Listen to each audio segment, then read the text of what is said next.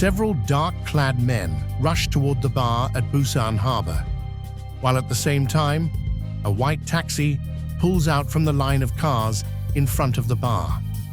Helt sits slightly hunched in the back seat and soon observes from a safe distance as the bar's neon sign and the shadows of the men fade into the distance. You look a bit worse for wear. Had one too many sojus, perhaps? Asks the young Korean taxi driver cheekily. He's in his late 20s, dressed in trendy clothing, with a slightly oversized but very stylish pair of glasses that accentuate his face. I drink gin and tonic, but that can't be the reason, as I barely had any. However, the guests there tonight were rather unusual, which led to quite an extravagant party. The taxi driver laughs a bit exaggeratedly. Ah, yes. A party, I see. Judging by the way you look, you were probably fleeing hordes of Korean girls eager to rip the shirt off your back. He eyes Helt carefully and continues. What brings you to the tranquil Busan? Judging by your attire, you're either a businessman or some kind of investigator on an overseas mission? Helt smirks slightly. If that were the case, I probably wouldn't tell you. Or what do you think? Huh, mysterious. Are you perhaps something like a European Dachimawa Lee on a secret mission? Held doesn't answer the question and counters. What about you? You don't exactly look like a typical Korean taxi driver either. That's right. I helped out at my father's kimbap shop for a long time after dropping out of school. But that wasn't for me. I'm looking for adventure, always need to be on the move, and I enjoy meeting new people. A taxi is the perfect tool for that. Most of the time, customers share something about themselves, sometimes funny, sometimes sad stories. And it works well because their mouths aren't full of tteokbokki. Sometimes I even drive around pretty young women who like my extravagant style. Believe me, they don't want to get out, even when we've reached their destination. Held smiles at him. Tell me, would you pause your service for a moment and let me rest and make a quick call from your phone for a few extra won? Of course I'll do that. In the end, you'll tell me what interesting thing brings you to Busan. By the way, I'm Jinwoo Park. Pleasure to meet you. My name is Helt, Adrian Helt. Held and Park enter Park's apartment. It's a small, modern space located in a lively district of Busan. The interior is minimalist, featuring a grey sofa, a light wooden table, and posters of indie bands on the walls. Large windows offer a view of the bustling streets below. The kitchen is functional, equipped with white cabinets, a coffee machine, and colorful magnets on the fridge. In the bedroom, a low bed sits next to clothing racks, holding an eclectic mix of quirky and trendy outfits. Plants are scattered throughout the apartment, bringing a touch of greenery, and a skateboard leans casually in the corner of the living room. Welcome to the real world of Busan. Let's not waste any time. Where can I make a call? Park hands him his phone, decorated with colorful embroidery patterns.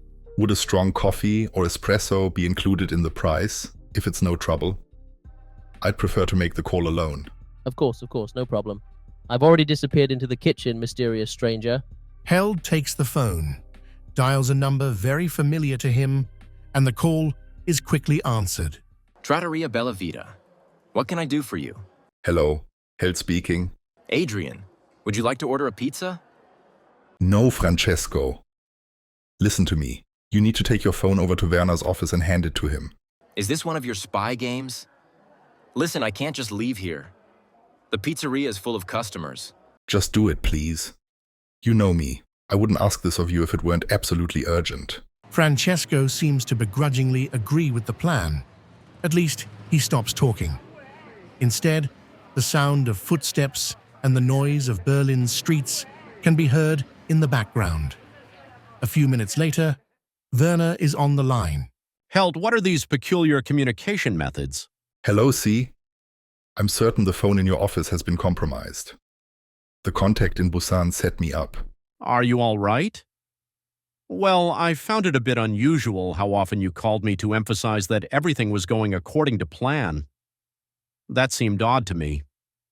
I thought it might be due to your current situation. Are you suggesting I spoke with someone else? It was definitely your voice, Helt. Hey, I'm fine. Based on what I read in the mission file, it's possible that Volkov now has access to the most advanced AI technology. If Jin-Ho Kim is still alive, she also has the right expert for it. That's why I bypassed the official phone lines to ensure secure communication. Good. As always, professional and cunning, my dear. I've already arranged a new contact for you, Thomas Harrington. He's a somewhat retired CIA agent who's been spending his early retirement in Busan for a while now. However, he still has good connections, and there are sufficient incentives for him to collaborate with the BND, at least for small favors. We will inform him of your arrival through a secure channel. He will also receive the necessary information that your equally capable colleagues like yourself, Helt, have gathered. The meeting point is the Biomiosa Temple, tomorrow at 10 a.m. your time. Understood. Please let me know through our contact how I can reach you securely in the future. I might be able to rest a bit with my new Korean friend before heading to the temple. Helt joins Park in the kitchen, where Park is already preparing a fragrant, strong coffee. Feel free to be my guest and rest. I was about to finish my shift in an hour anyway. Can I give you a ride somewhere later? Yes, you can. The usual calm surrounding the White House, characteristic of a highly secured government seat, is abruptly disrupted as a massive truck with tinted windows rolls silently into position. The vehicle's imposing frame exudes an ominous presence. The driver, dressed in a black uniform, swiftly exits the truck with precise, practiced movements. Moments later, an oversized projector inside the vehicle begins to align automatically. Simultaneously, thick fog starts to pour from the sides of the truck, rapidly spreading and engulfing the entire area in an impenetrable white wall. Staff in the West Wing react immediately. Warnings are issued over internal channels, and security protocols are activated. Two agents burst into the Oval Office, where the president is in a meeting with his advisors. Sir, there's a problem outside the White House. You need to see this. The president rises slowly from his seat. He walks to one of the grand windows, his movements deliberate, and gazes outside. The white wall of fog appears surreal, almost like a bizarre piece of art that obscures the familiar view of the Washington Monument and Lafayette Square. Suddenly, an image begins to form within the mist. At first, it is blurry, but it grows sharper with each passing moment, until the towering visage of Letitia Volkov becomes unmistakably clear. Her sharp features and icy eyes dominate the scene, making her appear like a supernatural entity gazing down upon the world. A deep, distorted sound fills the air, resonating with an eerie vibration. Volkov's voice echoes from a loudspeaker, her words amplified as they reverberate through the streets. Mr. President, you have received a privileged invitation. She proclaims with a mix of politeness and an underlying threat. I would like to give you a demonstration, a small preview of the future my technology will bring to this world. In the Oval Office, the conversations fall silent. All eyes are fixed on the projection as Volkov continues speaking. Before your eyes, live and unfiltered, you will soon witness the elimination of one of the most well-protected men in this country. This man, surrounded by a small private army, is no match for the precision of my robots. No humanity, no emotions, only perfect control. The image shifts.